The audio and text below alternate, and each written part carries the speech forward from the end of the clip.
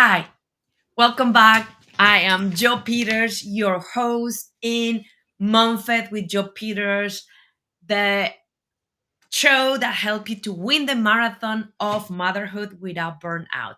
Welcome to the Spanglish World Network and the Her Network on Single TV channels 250 and 251. Please remember to download the Single TV app in the respective iOS and Android devices. While you are downloading, make sure to rate and leave a comment. The app is free. Singo TV is also available on Google Chromecast, Amazon Fire, Fire TV, Roku, and Roku Stick in all the smart TVs since 2016.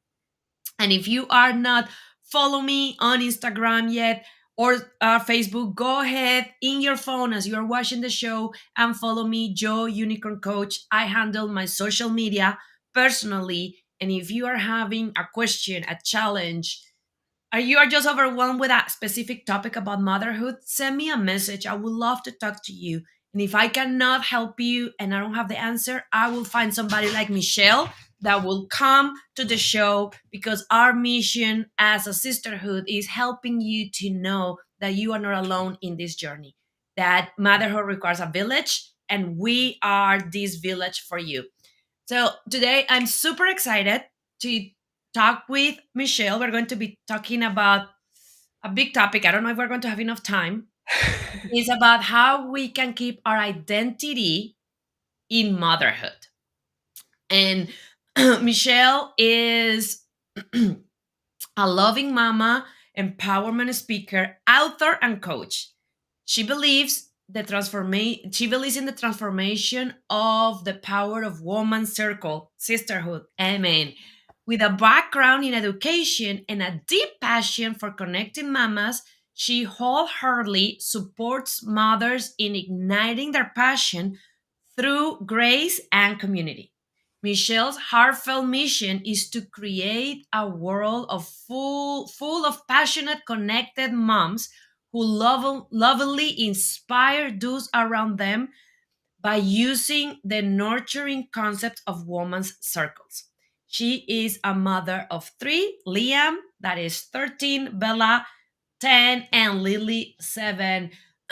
Michelle, I'm super excited to have you here. Welcome to the show. I am delighted to think about the topics that we're going to be talking. I will start with where and how you get to work and do what you are doing now. And also, that this is one of my favorite phrases too. Every time that I have a guest here, I ask, what is your favorite phrase? And Michelle's favorite phrase is, let's do motherhood together. So, Michelle, welcome. And let's chat a little bit about that journey for you, how you find this mom circle and how you find this purpose and this passion into helping moms. Oh, thank you so much for having me. I'm so grateful to be here and just excited to talk to your audience today. And taking back in my journey, part of it started September 1st of I have the date in my head, 2020. In the midst of COVID and because of health problems going on in our family, we decided that we'd also homeschool our kids at least for the year. So on September 1st of 2020, not only did we decide to homeschool our kids for that on that starting that day, but I also started a journey called the 75 Hard. And the reason why I did this was I just felt I was like kind of in this fog, not sure what I wanted anymore, not sure, like just feeling like all I was a mom. And I just didn't know what to do with myself anymore. They were getting a little bit older where I'd had like moments and time to do stuff. But then the question was, what do I do with that time? And I just felt so lost and I felt like this fog was in my head. And so when I started on this journey of homeschooling them and the 75 part, it opened up this whole new realm of personal development for me as well as connection with my kids. But it was in this that I realized I got to actually, long story short, but I got to the whole year. And in this 75 hard challenge is that you do two 45-minute workouts. One's outside, you drink a gallon of water, you keep the same diet, all this stuff. And one of the things you have to do is take your picture. When you do the phases later on, you also have to take cold showers for 5 minutes and do visualizations, things like that. So fast forward to day 25 of phase 3. So I am now 5 days of trying to finish this entire year. So there's breaks in between, but I was 5 days where I had not stopped. And I was 5 days away. I must have fallen asleep reading. And I wake up and I'm like, it's 2:30 in the morning. I had talked to a stranger that day. I had done my random act of kindness. I had taken my 5-minute cold shower. What I forgot to do was take my picture. And they always warn you at the beginning of this to take your picture. And so I get up at 2:30 in the morning and I take the picture, but I have this feeling of like, I failed. I didn't do this right. And then in the morning, I ended up finishing the 5 days. And some people say gray area, whether I finished, didn't finish. What I realized actually at that moment in hindsight now was is the first time I actually realized it's really about the journey. Because I was so worried about this 5 days from now, I didn't look at the fact of what I had grown in this time period, of the weight I had lost, of the mental change I had made. And all of a sudden, this hindsight moment of like, I failed, I didn't fail, whatever. It was that wake up call that, oh my God, these are the things that happened over this year that now had propelled me forward. And I wanted to create that for moms as well and helping them. Now, the 75 hard, I don't think is for everyone. It's very intense and it's ironic that I'm working to launch my own 45-day Mom Genius reboot because I want to dial that back in terms of how do we fit a reboot into our day as a mom and still move forward? Because the big question we ask is, what is our purpose? What are we here to do? And if you ask most moms and say, what do you want to do in the day? Like, well, I got this, this, and this, and this to do. No, no, no. The question is, what do you want to do? Is there something you're doing for yourself? And they ignore the question and they keep going to the next step of what they're doing for the kids or they're doing for their husband or spouse or whoever, or their friends even, but forget about themselves. And I think that's the beauty of that I wanted to help in connecting moms together, is realizing that we're doing this together. And then when we try to do it alone, that's when it's no fun. And so that's where the women's circles and all that aspect come in, is having that connection and that deep understanding from each other and seeing each other's journey in this as we go through motherhood. I love it. I love it. I love it. And it's so important, right? Because that is one thing that I'm also super passionate, and that is that society built on that go, go, go, achieve, achieve, achieve, that make us as moms, especially, to have that feeling at 2 o'clock in the morning into, oh, I failed. And then is something that our brain is used to it, to thinking, but for survival reasons, we are wired to think on the glass half empty, not half full. So instead of saying everything that I did, the one that I stuck is the one that I forgot, the one that I didn't did. Um, and I will bet you money that you at 2 o'clock, you were like, even if I get up right now, it's already 2 o'clock. So it's already tomorrow. So it doesn't count. So it's amazing. And part of that is, I want to talk a little bit about how do you see that transition into motherhood? And this is something that I'm completely in love with, because I think that we have a big black hole in the middle. We have a lot of information and a lot of support and a lot of normalization on the adolescence. And then at the end of our life as women, we have a lot of information, normalization, and support on menopause. That we as society fail to take care of the middle one, and that is matrescence. And that name was created like 50 years ago. When I find out about it, I was like, I cannot believe that this exists for over 6 decades and it still is not normalized. And that is that transition when we as female become moms. I was going to talk little bit about that transition in matrescences, and then how do you see that struggle and that journey and that path on understanding my own identity, how that identity is shifting, and how it's shifting to become something more without losing myself. Well, I think the shift of identity happens so quickly without us even realizing, especially because sometimes we hide, like as you said, behind that busyness. As moms, we're just like, I'm busy, I got to do this and this. And really, it's a mask for saying, I don't want to think about who I am or what I want. I'm just going to go do, so I don't have to think about it.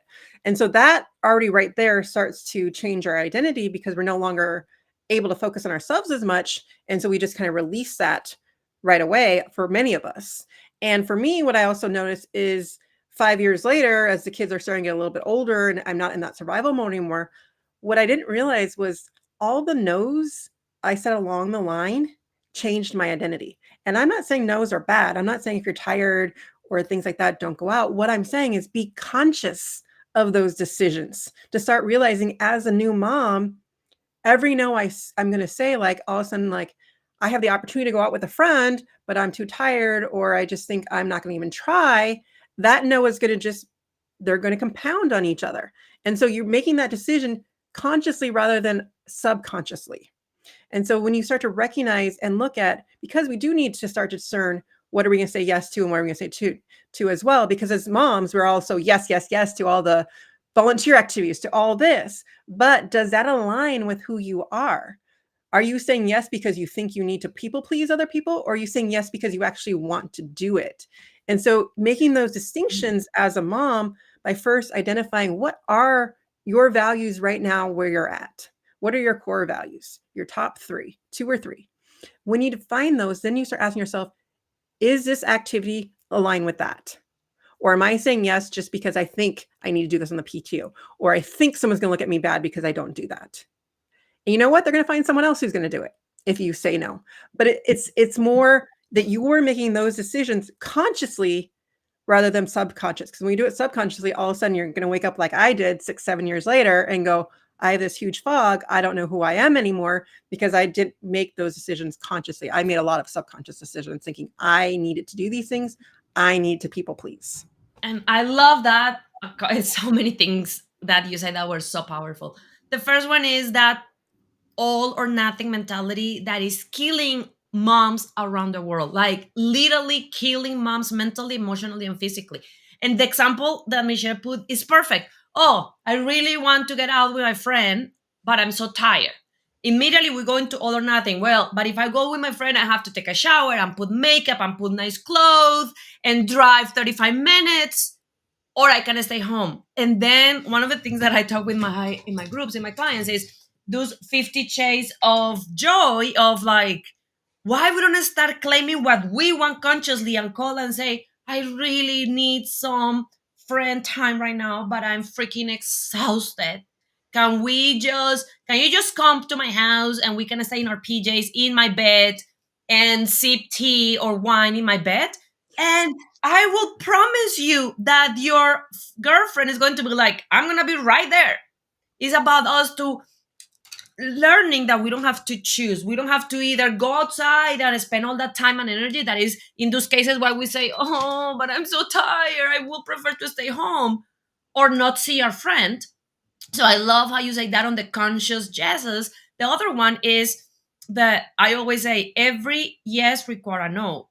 And then what happened for us moms is we say yes, yes, yes, yes, yes to everybody else. And then at the end of the day, who stays with all the no's? Us. Mm-hmm. Because no for my self-care, no for my free time, no for doing the things that I love, because I already give all the yeses. We wish that we were goddesses where our yeses were unlimited. But the reality is our yeses are not unlimited. We have a limited amount of yeses because unfortunately we have a limited amount of time. So I love how you are putting that into the consciousness. And I love how you are putting into take your top 2 or 3 values and align yourself and your actions with that. The example with what do you like versus what I should be. I was talking with a mom and she was saying, like, well, I have to bake the cupcakes because that is what all the moms do. But that is not what I like. I don't like to bake. So why you don't say, okay, so when it's around baking, I will buy my cupcakes. I will not feel guilty about buying my cupcakes because then it's like, oh, but all the other ones are homemade and mines are buy. I'm gonna buy the best ones, most beautiful ones that I can find. And then I'm gonna do something that I like. For example, I'm gonna donate time to the PTA because I love networking and helping, or I am going, or I really don't like any of that. I'm gonna write a big check and send it and help other moms with my money to do thing. So how we can be clear in our identity and what work for us, and from there choose how we want to be moms. I love that. I love that so much, and it comes down to, I mean, I guide by the Mama Genius Hub because we're trying to find our genius, and sometimes we don't know what that is. And so when we look to search for it, and we start asking, and even starting asking friends, what am I good at? Even if you can't distinguish it yet, but to start figuring it out and asking that question through curiosity to discover what is your genius. And as you said, if you're better at networking, volunteering for those positions, they're going to light you up versus baking. And in fact, my son's the chef around the house who's 13. And if there's a baking opportunity, I sign up for it so he can bake. And so it's delegating like that. I'm good at that part, but I'm like, I'm not going to go bake, but he wants to. So I'll sign up for it so he can and feel like he's giving back.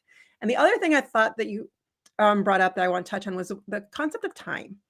We do only have a certain amount of time in the day, but time is also a relative construct we put on ourselves because you have to ask yourself, how long is something going to take you?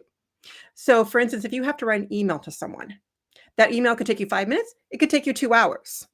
And so when you are in your genius and you are doing things that are more light you up, those activities that you're choosing are going to take less minutes in the day and you're going to get more done because you're doing those things. So it depends on how you look at time. And yes, we still only have 24 hours, but the question is, how long do activities that you're signing up for take you and how much do they fill you up? And take the 24 hours, because if you're doing something you enjoy, and like you said, networking, you're going to enjoy that and you're going to spend your hour doing that. That's going to be an hour that you're lifted up, that you're spending doing that versus an hour that you would have been sitting there baking, pulling your hair out going, why did I sign up for this? And so that's the concept of time, is how are you using your time and how long are activities taking you that you actually want to do? And then you look at the realm of how busy am I because of the things that I'm enjoying doing, or things I sign up to people please other people. And also my day is gone because that email took me 2 hours instead of 5 minutes. And I love that because it's the concept of Albert Einstein that time is relative. And it's true. It's we sabotage ourselves sometimes because when we force ourselves to do what we should do instead of what we want to do, by default, it's almost like karma is going to take us longer. It's going to be slower. So I am a big fan of conscious decisions. So let's go talk a little bit more about that. How the moms and the moms to be that are watching us around the world can start practicing the difference between making a conscious yes or a conscious no. How we go from that fog that you said into creating the habit to be conscious into what we say yes to and what we say no to without that pressure of the guilt and the shame for the yes or the no. So I like to look at it in my framework called check-in. And so check-in itself just means checking with yourself and figuring out where you are, first of all, just with your mood or your feelings. And again, it's not judgment that you're judging yourself. But the first C in check-in is curiosity. So that's how we start with this process, is checking in with ourselves and asking those questions. What do I like to do? And to actually start determining so the H is honesty, where you're going into figuring out those core values. And so when you start combining those two things, those are the first steps, because you need that baseline. You need that baseline of what do I like? What are the things that I value? And then making your decisions based off of that. But if you have nothing to baseline on it, you're just gonna be like juggling here, here, and here and thinking, I need to do that because this person wants me to do it, or I need to do that because my husband said to do that. And so you need to have a baseline to make these decisions against, which comes first of all by starting with curiosity, because frankly, you look at your 3-year-old, they're going to ask over 100 to 200 questions a day, right? But even look at your older kids or older kids around you, by age 12 or 13, they stop asking those questions. So by the time we get to age 25, we only have 2% of people thinking outside the box. So somewhere along the lines, we lost that sense of curiosity. So as moms, though, we're in the best spot to look through the lens of the younger kids and use them as our guide to bring it back. And when we just start asking the question, I don't need to have this answer right now. What do I like doing? But it's like getting a new car. You get that new car and you activate that RAS system, which is your reticular activating system. You start seeing that new car everywhere. Well, you start asking your subconscious, what do I actually like doing? What do I enjoy doing? For instance, playing an activity with your kids. Are you a Lego builder with them? Or would you rather draw? I hate Legos, but my daughter asked me to draw. I'll go sit down and draw with her. So even honing in on the activities you like doing with your kids gives you better connections, because they're like, oh, I'm going to go to mommy when I want to draw. I'm going to go to daddy when I want to play Legos. And that will create the better connection with you guys. But again, that starts with that curiosity of actually asking the question, because again, in the busyness, we mask it and avoid it and say, I'm too busy to think about that. So I simply invite you to ask the question, what do I like doing and what am I good at? And if you don't even have the answers, you can even start asking people around you on what they see that you've done or when they've seen you smiling, just to start the subconscious from coming forward. And all of a sudden, once like that new car you start seeing everywhere, you'll start seeing answers to that and you start keeping a list of it. When you get that list, then you start to prioritize and decide my yeses and my nos when I have my list and I have my core values as my baseline to go against. And on that one, how we fight the society constraint of being selfish and the brainwash BS around a mother love is selfless love. How we balance that, because yeah, any new mom will be hearing us and get inspired and motivated and start doing some of these things, and as soon as she has to put herself first for a yes or for a no, the risk of she finding some pushback from her family, from her friends, from her work, from society is high. And then start the questioning of, am I being selfish? And do I need to be selfless in order to love unconditionally my kids and my family? Well, I love that question, but I'm going to answer it with another question moms asking themselves, what do I want for my daughter's future? Because if they see you being that selfless mom, they're going to become that selfless mom in the future. And I guarantee you, I know you've not seen that for your daughter. You're like, oh, well, that has nothing to do with me. It has everything to do with you because you are that role model for them. How are they going to be a happy, healthy adult if they don't see a happy, healthy adult? They can care less what you say. They care so much what you do, and they start to mimic what you do. They start to see you meditating. They start to see you doing your morning exercise. They start to think about it.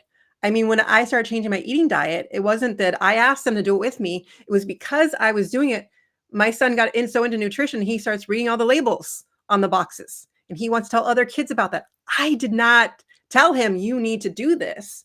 He just saw me doing it and it inspired him to do it. So again, it's finding the things that you're good at and then inspiring them to do the same. Like I said, with the baking, I don't want to bake, but he does. So I will pass that on to him to inspire his genius. And so it's all about being that role model for them. And if you're not doing the things you like to do, then they're not going to do the things that they like to do. And there's going to be this resentment going over and over. But again, what do you want? You want your kids to be happy, healthy adults. Well, they have to see that as a model in you because they need to see those actions so they can mimic and emulate it. I love that, and I think that that is the best question that we need to ask. And then for the moms, and then I will say it also not only for your daughters, for your sons as an adult and as a husband and as a father. And then for the moms of very young ones that are like, well, I just have a baby, is realizing that your baby subconscious is being created since the second trimester of pregnancy. So even when your baby is not going to remember consciously a lot of that, their subconscious is going to be very strong. So they are going to be at 25 saying like, I don't know why I do this, but I always eat less last. Maybe you did that when you were pregnant. So it is matter of you having the question is to what future I want for them. And then I love what you're saying is not talking, is walking the talk, is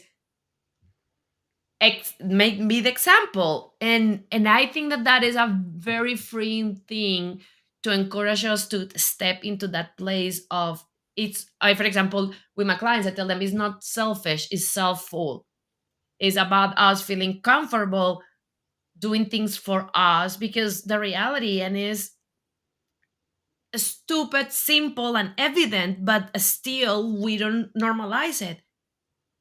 As better I feel, as more full I am, as more happy and balanced and calm I am, as better mom I'm gonna be, as more tolerance I'm gonna have, As very example I'm gonna have. So the stupid concept of selfless love, of everybody first, is actually not a good thinking process, because when you are with your tank empty, what happened? You are a lot more likely to scream. You are a lot more likely to react. You are a lot more likely to say things that you will regret and have to say, I'm sorry. So even at that perspective is who I want to be. So then they grow up being that kind of people. Now, well, we are talking about this. Let's gonna pass into connection, connection with ourselves and with others. Um, I had that struggle when I became a mom because when I was single, it was very easy. Like I had friends around the world, and if I was missing somebody, I would just take a plane and go and visit them for a week or 2 weeks.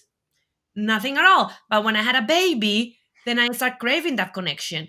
And then for a long time, like talking about the power of your mind, because my belief was all the moms are busy and this is how things are. The moms that I was attracting in the first couple, in the first period of that time, were moms that were never available. Like no matter how much I tried for us to connect, there was never available. No, I cannot. So then that reinforced that, like being a mom is a lonely environment, and that it is what it is, and this is what I had, and I have to compromise to this is my reality. But then later in the year, I was like, screw this. No, I'm not okay with this. And then as soon as I start actively having the clarity of my values, of this is important for me, I actually start attracting other moms that had babies as small as ours, but that had that as a priority as well. And now I have a group that no matter what, we meet once per month, is in the calendar for the entire year. So is that how we don't compromise that connection with ourselves first and then with others, under that label of, well, motherhood is lonely, and when I become a mother, then things change, and then nobody has time because we are all busy being moms. Let's gonna talk a little bit about that. Well, I think it comes down to a couple points you made in terms of like when you were even talking about how an infant might feel with the way you feel if you're overstressed, or how you're going to feel when you're yelling at someone when your foot cup's not full. It's the energy that we give off. It's the energy that we feel inside our body. Do we have enough? Or are we hungry? Are we tired? And when we're depleted from energy, when our kids are screaming at us, then we're, like you said, we're going to yell back at them. The same thing comes into play when we're trying to attract other people around us. Is if we're giving off that depleted sense, I don't have time, well, you're going to attract the people who have that depleted sense, I don't have time, and that same type of mentality. And I'll even say for moms who start down one of our programs or realms or things of personal development, is you will notice that people around you are all of a sudden either on board with what you're doing or kind of scared of what you're doing because it's different. And it's like, well, how can they do that many things in a day? There's no way I could. So there must be something wrong with it. And then they push up that negative energy towards you, which makes you want to backpedal in your connection with them. And so then that fuels that feeling of not having anyone around. And so that's even why I wanted to create Connecting Mamas, because I felt that as well. I felt that people around me were like, oh, you're doing too much. There's no way you could do that much in a day. Like that's just not right. So we don't really want to hang out with you anymore. And then again, you start to want to backpedal on all of that. But the key is that you want to find that community where you can be honest and open, because vulnerability is a really key phrase right now. But there's a very defined infant with it in terms of you do not have to be vulnerable with everyone. And please don't be vulnerable with everyone. Don't walk up to a mom you just met on the playground and tell her your whole life story. It's like walking up to someone for the first day and saying, "Will you marry me?" It's that kind of feeling. Vulnerability is a dance. It's an open thing that we do, but for some reason, because it's this such key phrase word, we think we need to be vulnerable with everyone. That's when our boundaries get overplayed. Like we go up to that mom and now their boundary feels like, oh my God, what the heck just happened? It's a small dance where you might say one thing and see if they respond. If they don't, then you move on to the next person or whatever it is. But vulnerability is not for every person you meet. It is for that close net of people that you surround yourself with, because it is part of that energy that you're giving. Who do you want to exchange that energy with? Who do you want to give your heart to? And don't tell me you want to give your heart to every person you meet. I doubt that that's true. So it's really finding that in these connections. And as moms, it does become so isolating because now we're trying to do it alongside of another human being. And so trying to have a conversation with someone that keeps getting cut off makes it hard. So again, that comes back to the conscious decisions of, okay, I felt like I had a little bit of connection with this person on the playground. Let's see if a coffee date is going to, without the kids, to see if we can make a deeper connection. And so one of the things I did with Connecting Mamas is, and I've really become impactful by the women's circles in terms of what I mean by a women's circle, because I feel like that term isn't really defined yet. And one of my jobs is to mainstream that word. But when we sit in a women's circle, we're sitting in a circle with principles. Okay. We're sitting in a group of women where we're not, when we open up the circle, we're opening up intentionally, connecting ourselves together to have a deep conversation. It's intentional. There's no cross talking during a women's circle. So if someone says something, you're not going to respond and try to fix them. One of the principles is we're not broken. We're here to share our experience, be seen and witnessed by another human being. And so everyone who's sitting in the seat, yes, you have a facilitator who starts a circle, but every woman in the seat is a leader because we each have an experience to share with the group. But also on that note, silence is part of circle. If you don't feel like sharing that day, you do not have to, because silence is sometimes you get whatever medicine you need from that circle that day. And the key I love about this is the deep listening skills you learn from actually listening to someone and not responding to them opens your heart up, that now I'm able to take that to my kids. And when they're sharing their day with me, I'm like pursing my lips together going, nope, not going to fix, not going to respond. I'm going to wait to see. And you let that silence go. What you notice about silence, especially with kids, is if you don't cut them off by the end of the conversation, just like they will probably have fixed their own problem. Or they will ask if they do want you to contact a parent, or they will ask if they do need something, or they'll just say, nah, mom, I just want to tell you about that. I don't need anything else. Just need to get off my chest. But as moms, we get that mama bear in us and want to take over. So Circle not only brings women together in this community to share who we are, because there's two ways to get thoughts out of your head. You write them down on paper, or you get seen and witnessed by someone else. And finding that vulnerable community where you can be seen and witnessed without the judgment is hard. So I encourage people to either find that for themselves and create it, or to come join one that already exists. Because sometimes it is easier to find a group of women strangers that won't be strangers for long, but to start that way, and you're in different parts of the world, that you know that they're not going to be down the street from you. So you're able to get that off, what you need off of your chest, in a way that moves you forward. Because we have these thoughts in our heads, and the more we get them out, the more we calm our nervous system down. And that's really what it is when we're talking about the energy and stuff with our kids. It's our nervous system. We have this ingrained ability in us that there's a lion out here, that we have to save ourselves from the lion. That's ingrained in us. So we have that fight or flight just directly in front of us. And so it's our job to navigate that and to calm that down through the different ways that you do your self-care. And when you regulate your nervous system, then it helps to regulate the ones around you and brings in the practices. For instance, my son and I do Qigong together, which is an ancient form. It's similar to Tai Chi. And so we do that together, and I can see the difference in him. And again, I offered to him, I didn't say you need to do this with me, but the more they see what you're doing, the more they're curious and they find some of those aspects they want to do with you.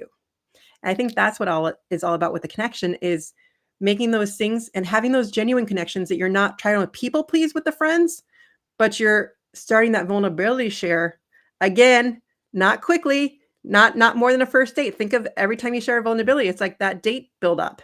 Like you're not going to marry them till way later. And so you shouldn't be deep vulnerable with them until that point when you feel like you could marry them in that same sense, and building that up. And that's how we get the deep connections. And I love how in this topic you circle back into, as more you do it for yourself, as more you're going to be able to do it for your kids, and as more as you do it for your kids, as more they're going to develop the skills. So it's actually a spiral that goes around and around and around, and it is beautiful. And part of that message that when I was hearing you was thinking on, the message I think is don't settle for less. So if you are craving connection, if you are feeling lonely, listen to Michelle and I. It doesn't have to be like that. Actually, I make fun because that is a last year was a reel that was super viral of like mom saying, everybody talk about a village. Where is the village? Because we talk about the village, but the reality is society rip out of communities the village. Like the village was there when we were living in the same town Mhm. for 65 years. So the village was by default natural because next door was your mom and across the street was your cousin, and diagonal was your best friend that went to school with you since kindergarten. So the village was by default there for you when you have your children. But now we are all alone. Sometimes, if we are lucky with a partner in a different part of the world, for some of us, for some of them are also single moms, so they don't even have the support of the partner. So it's understanding that you don't have to settle. And yeah, it sucks. We should have that default village Yes. that empowered, that claiming your own voice, so saying I need that and I deserve that, so I'm gonna take the action.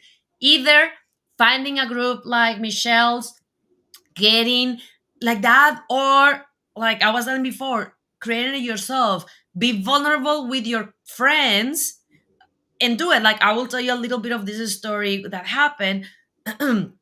How I get this new group of friends that is filling my cup in that connection a lot was because I am from Colombia, I speak Spanish, and I live in Ohio.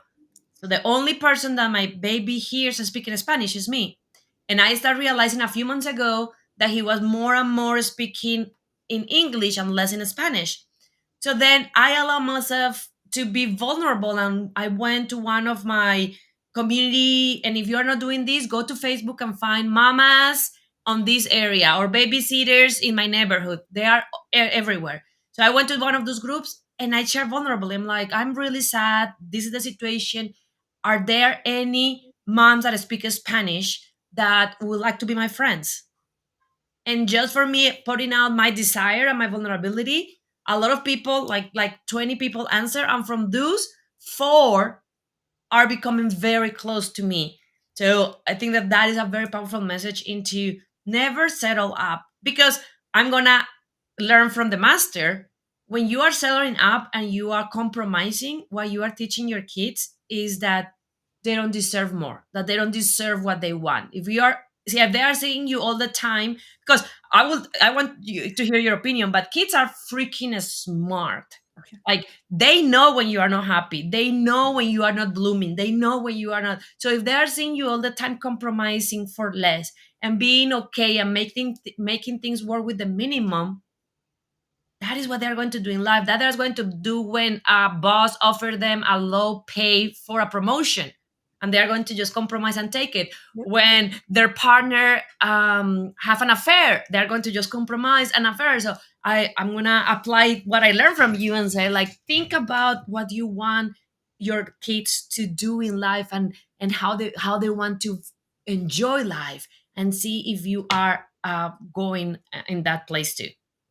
I mean, the key is, who are you really when no one's watching? And that's the example you wanna set for your kids, but that's what lights you up, is who are you as a person, and really defining that for yourselves. But again, as moms, we get lost in the busyness and don't wanna think about those things.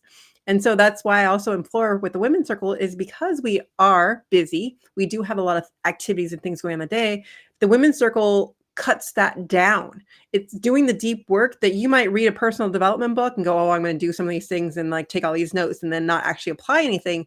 This gives you a chance to have those conversations, like you spark those ideas and you finally speak from the heart and learn who you are without having to do it by yourself. And that's the key, I think, is that we're as women, we're ingrained for connection. It's ingrained in us, I think, even more than men. I mean, men have it too, but we used to be the gatherers. We used to sit by the lake and wash our clothes together, and we'd have talking while we're doing those activities.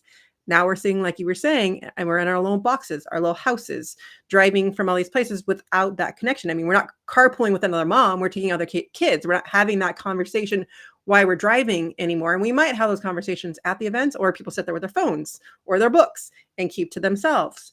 And so If the desire's in you, it is implorable that you do need to create it or find it, because it does exist, but it's not that it's just going to come to you. And that's what it is about this, is we're like, well, if it doesn't come to me, I'm just going to give up. And so it really is, for instance, where you're talking about the kids as well, in terms of the circular part of it, is now my kids will like, all right, mom, I think you need to take some deep breaths. You need to do this exercise. You need to do this. They see it, and we're human. We're going to make mistakes, but we're trying to model for them that it's going to happen. What do we do when we do lose our cool? Do we just walk away, or do we go and apologize to them? Do we take accountability for actions? And that's what I want to teach them. And especially with my son, I've been like, you need to take accountability for what you did. I understand you're going to make mistakes, but if you don't learn from this situation, then I'm going to be mad. And it's that we're learning and that we're taking accountability and we're trying to do better next time. We're still going to make mistakes. We don't know what we know until we know it. But that lesson, now we know it. You do it again, that's when the problem happens. But we're human. It's going to happen. But it's creating that kind of conversation between you and your kids and your family, that what happens when we do make those mistakes. Like, I yelled the other day. I hate doing it. And it's funny because my husband will do this move to me, put his hand down and say, calm down. And we were in the car one time. I'm like, I looked at him and I go, why are you doing that to me? You do it and it's fine. He's like, yeah, but you hardly do it. So when you do it, I know something's wrong. But that's what it is. When we start to regulate our nervous systems, we don't do it as often or for as long. All of a sudden we do it and we're like, oh, we made that human's part of us, but all of a sudden we recognize it quicker. We're able to respond quicker to it and change that, versus before I could remember having huge screaming battles with my son. And it was more because I was focused on, I think, my own need for belonging. I was worried about him not having friends. And I would focus on, who'd you hang out with? Who were you talking to? And he had no one to talk to. He didn't want to focus on that. And again, then we start switching to talking about cooking and gardening. And all of a sudden we're having deep, intimate conversations because I'm not focusing on something that wasn't important to him. It was my own need of belonging, not his. He was fine with that. And so I had to let that go to have a deeper connection with him. And so again, it's looking at that genius in each of you and your kids and not pushing them something that you want for them. I was pushing him to have more friends. He had no desire to do that. When I finally talked about his desires, now we have a much deeper connection. I love that. And I knew that this was going to happen, that the time is flying. Before we start wrapping up, I would love to also picking your brain and get your wisdom into respecting and creating rituals to connect with ourselves. Because circle back completely to the beginning of the show, and what you are an advocate for is to keep our identity in motherhood. And one of the things is, when we are so focused on the external, on the kids, on the partner, on the friends, on connection with others, that we don't have that non-negotiable on time to connect with myself, time to review my values, time to review what I like. Because the other thing that I see, also coming from corporate America, is that we as moms think that, oh, as after I decide something, that's it. It's going to be like that until the day that I die. And that is not true. Like, being an executive in Fortune 100 companies, the most successful companies review and adjust their goals and their values and their mission and their vision every year, to every 1 to 3 to 5 years at top. So, but when we are not having that connection with ourselves, we don't have that barometer to say, 3 years ago, my main value was, I don't know, connection. But now that I'm having this with my kids, that is not my biggest value. It's okay to change it and say that value is going down in the list. And now my biggest value is happiness.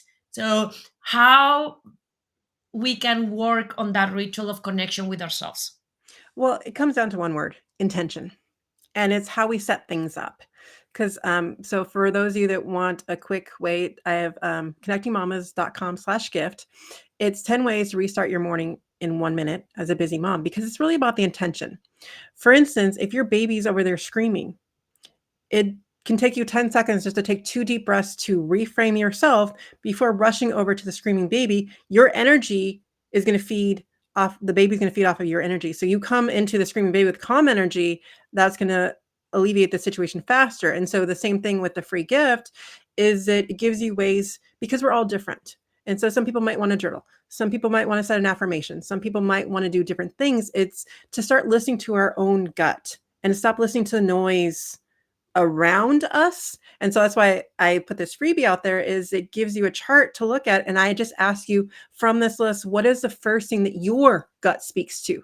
Try that for 7 days and see what happens. Again, this is all about curiosity and opening the door to this pathway. And as the big saying, when you ask, the teacher will appear. And that's exactly what it is that once you start asking the questions, what you need will start appearing. And I also want to invite everyone to, on Valentine's Day, I'm going to start my first 45-day challenge for the Mama Genius Reboot, because it's about, we have it inside of ourselves. Every single one of you are geniuses. It's a matter of, what am I a genius at? All the busyness has been hidden that away for a lot of us, and we lose sight of that. And so this challenge will help to reboot that, to bring alive in you, what is my purpose? What is this all about? Am I just a mom? No. The answer is no. I'm going to tell you that right now. You are so much more. And what do you want to give back to the world? Because I know all of us in us have something to create. And so Mama Genius isn't just about having a baby. It's about creating the genius and the birth of whatever it is that we need to get out into this world. Is it a book? Is it a podcast? Is it better connection with this person? Is it that I'm losing weight? What is it that I need to do to get out of me right now? And again, as you were saying, that's going to change as we get better at the things that we want to do at. But again, it's coming back to, what are we good at? And then how to propel that forward. So I want to invite you to either one, come restart your mornings, because it is about the morning. But also, if you can't do it right in the morning, maybe that reboots right after the kids get on the bus, or whatever it is in your day. It doesn't have to be first thing, but at the same time, you probably can give yourself 1 minute before you go deal with them. And then if you want to do a morning routine or something, it doesn't have to be before the kids. It could be after you get them set up. You make it work for you. And I think that's where society tells you need to have your morning routine and do it this way and do it like this. No, you need to do it, but figure out how it works in your day and for you, the way your body works. You might be more of a night person and want to do meditation at night before you go to bed. Whatever it is, you need to make it work for you. And that's why I like to give the variety, because listen to your own gut, erase the noise from society. What is your gut telling you that you is going to help you propel you forward? Thank you so much, Michelle. And I will just finish that with a little reminder for all the moms that I want keep more and more moms saying it is, please do not read the book The 5 a.m. Club. And please don't take advice of routines and habits from males, because it's not going to work. And you trying to make that is going to just give you frustration. So I love how Michelle closed the episode into, it needs to work for you. And the only way that is going to work for you is when you are learning and around people that, not by theory, because all those males are telling you by theory, they studied 20 years, not by theory. Surround yourself with people that walk the talk with you, that had children, that know how chaotic the mornings here, that know how sleep deprived you are, and that waking up at 5 o'clock is not for your best interest physically and mentally. So thank you so much, Michelle, for this beautiful sign. Everybody, if you want to connect with Michelle, please go to connectedmama.com and follow her. Make sure that you're following me on Instagram at Joe Unicorn Coach for all questions and doubts. And this show can also be heard on the Spanglish Radio Network. Please check out www.spanglishworld.ca for all the news and programming. Spanglish World. Watch it, hear it, read it, download it, and leave it.